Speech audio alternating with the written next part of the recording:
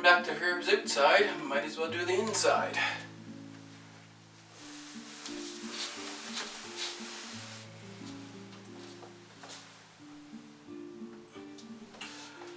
While I was trimming back the herbs outside, the green lemon thyme,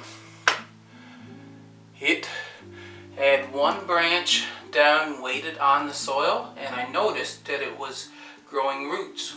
So I cut it off and put it in this little pot to bring inside.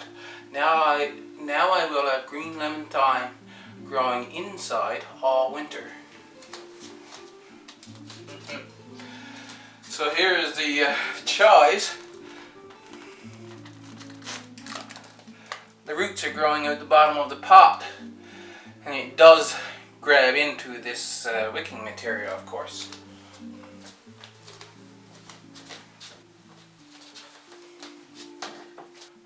Hopefully I am clear and that background light is not making it too dark.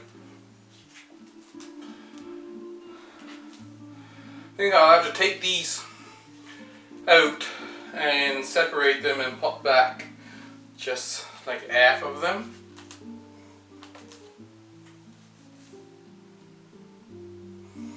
As you can see, there's a lot of dead material in here now, and that is because it's getting root bound.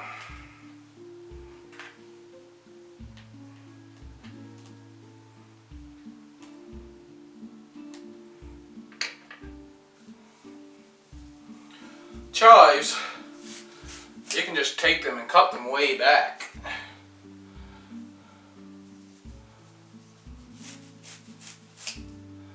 Give them a haircut like that.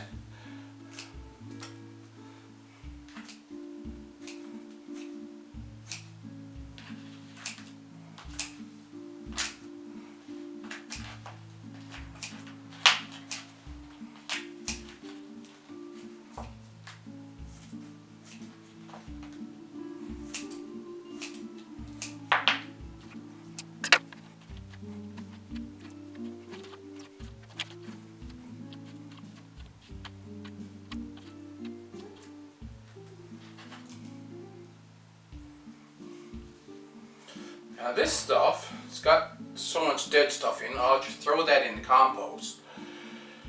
And the stuff that I took off top, I'm going to dry that. I haven't used dried chives before, I've just used them fresh. But it's nice to know what the dried chives will be like and whether there is a use for where the dried chives will be better than the fresh, I don't know.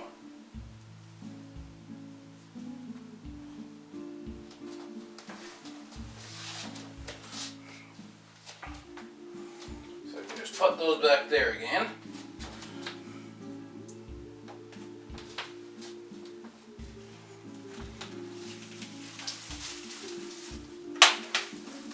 Now this is what happened to the basil while I was gone on my trip.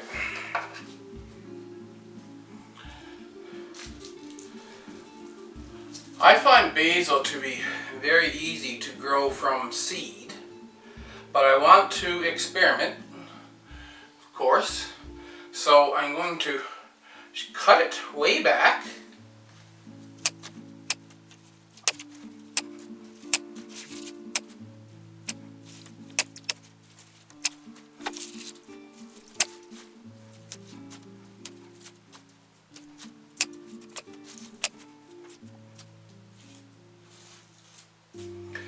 I'm going to see if it sprouts from down below.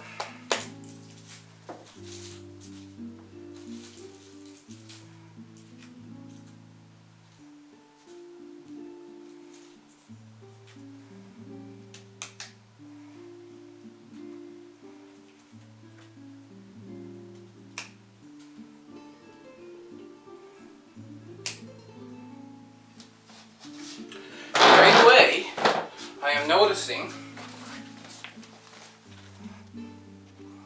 there's little sprouts right here. There's one here. There's a There's a growth right here. Leaves already on it. There's sprouts right here, so I'm expecting this now to actually sprout out from this little bit that I have left here. And I'll have a bushy plant again. Like I said, they're not difficult to grow from seed. But it's nice to experiment with your plants and see what they will do under different circumstances and treatment.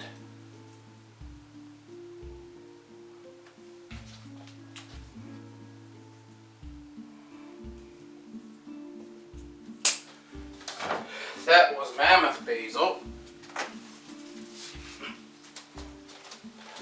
And this one is sweet basil. I found the scissors was more difficult for cutting these big stems, so I got my hand pruners.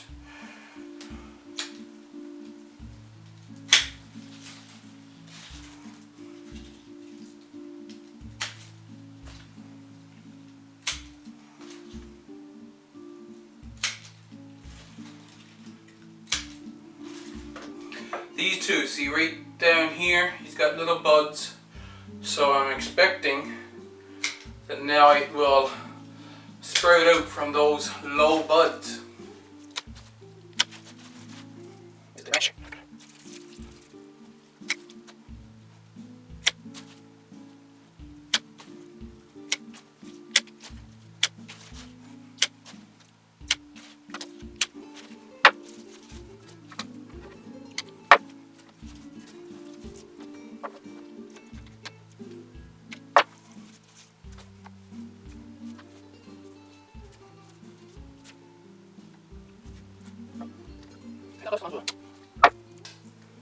A lot of little sprouts on this one.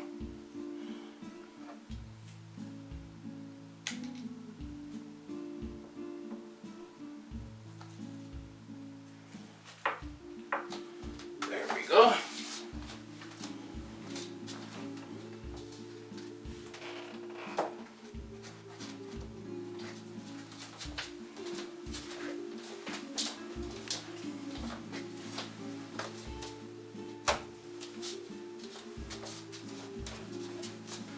Chinese celery now. This will be an interesting one because we've never did this before and I've never seen anyone else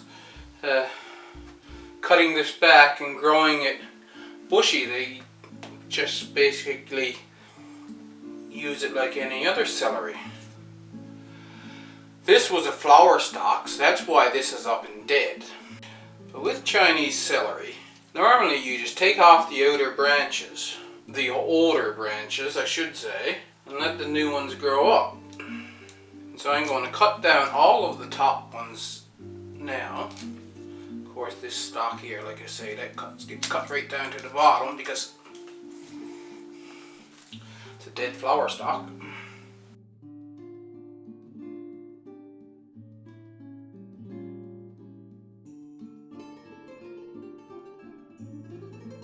I have had quite a few white flies. There's a few aphids on this one, but I'm getting the aphids under control.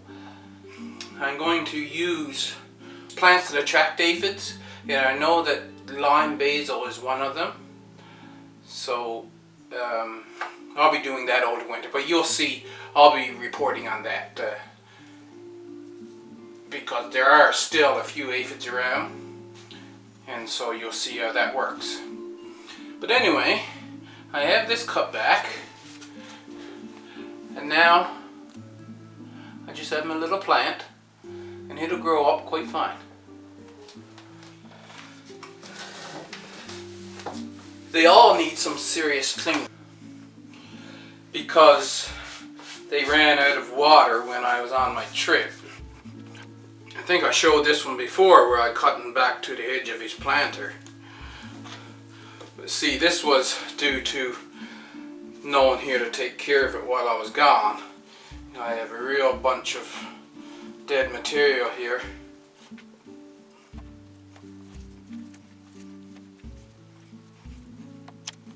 I think it's better to use the scissors for this. So this one, as I said the last time that I was trimming this one back, I just want to keep him within its pot. I just cut off all the dead material now and we'll see what we got left.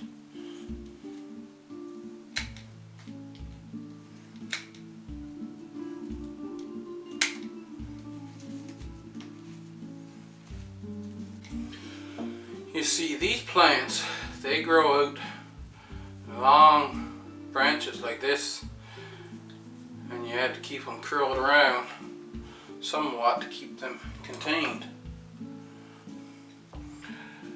Now this one is hot and spicy oregano, and this is another one that you can clone by just putting it down on the soil and mounding a bit of soil up on top of it, or even just putting a weight on top of the branch here, and it will sprout roots.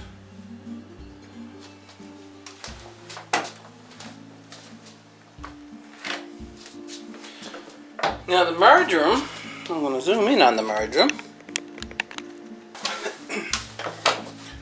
because if I turn this around, this was the side that was facing the window.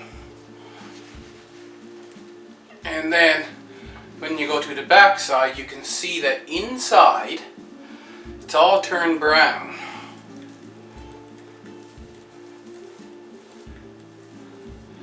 So what I'm thinking is that this thing is acting like when you do those hedges, the boxwood edges or the cedar edges.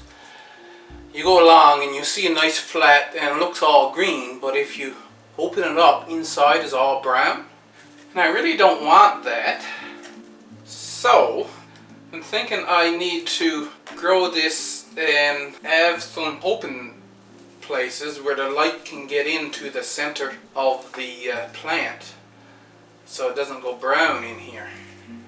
Don't know if I'll find on the internet discussions about that issue, but right now I'm going to start with seeing how to open up the center of the plant.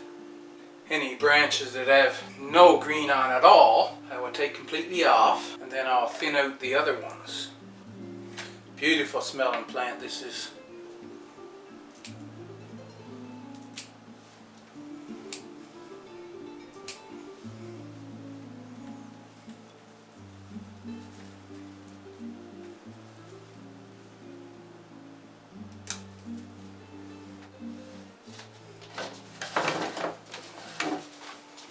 Well, I think that looks really nice.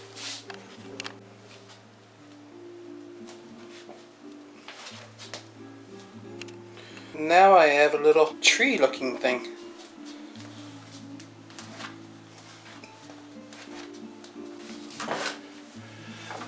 Rosemary is a rather slow growing bush. And so what I'm inspecting here now is, before I actually decide on what height I want it to go, maybe treat it as a bush and cut out any crossing over branches. Like you see this one here. So if I cut this one out and have the branches all growing separate like they are, see, I'll probably have to turn it some more, like they are on this side.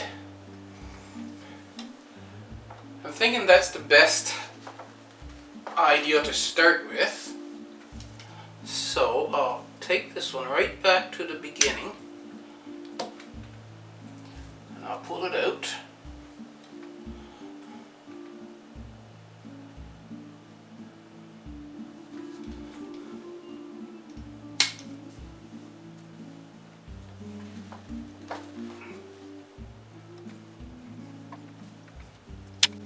Okay, I don't see any more crossing branches. This one that dips right down to the soil here. Let's keep it, like I said, as a little, well, like a little tree, like we're doing with the marjoram. So I'll cut this one back, just so that there's some space underneath. And these couple of branches that are really low on the trunk. This is a crossing one. Take that. I don't think I need to cut it down. I think it's good just like it is.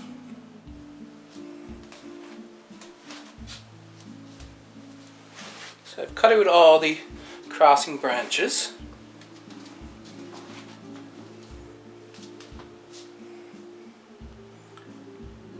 And when you go down low, there's a space there.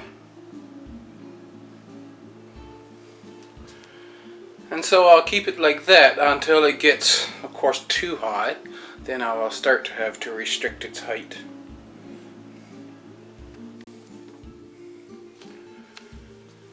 There's the indoor herb garden as of now. This is the pepper of unknown variety. Chinese celery, garlic chives, hot and spicy oregano, sweet basil, mammoth basil,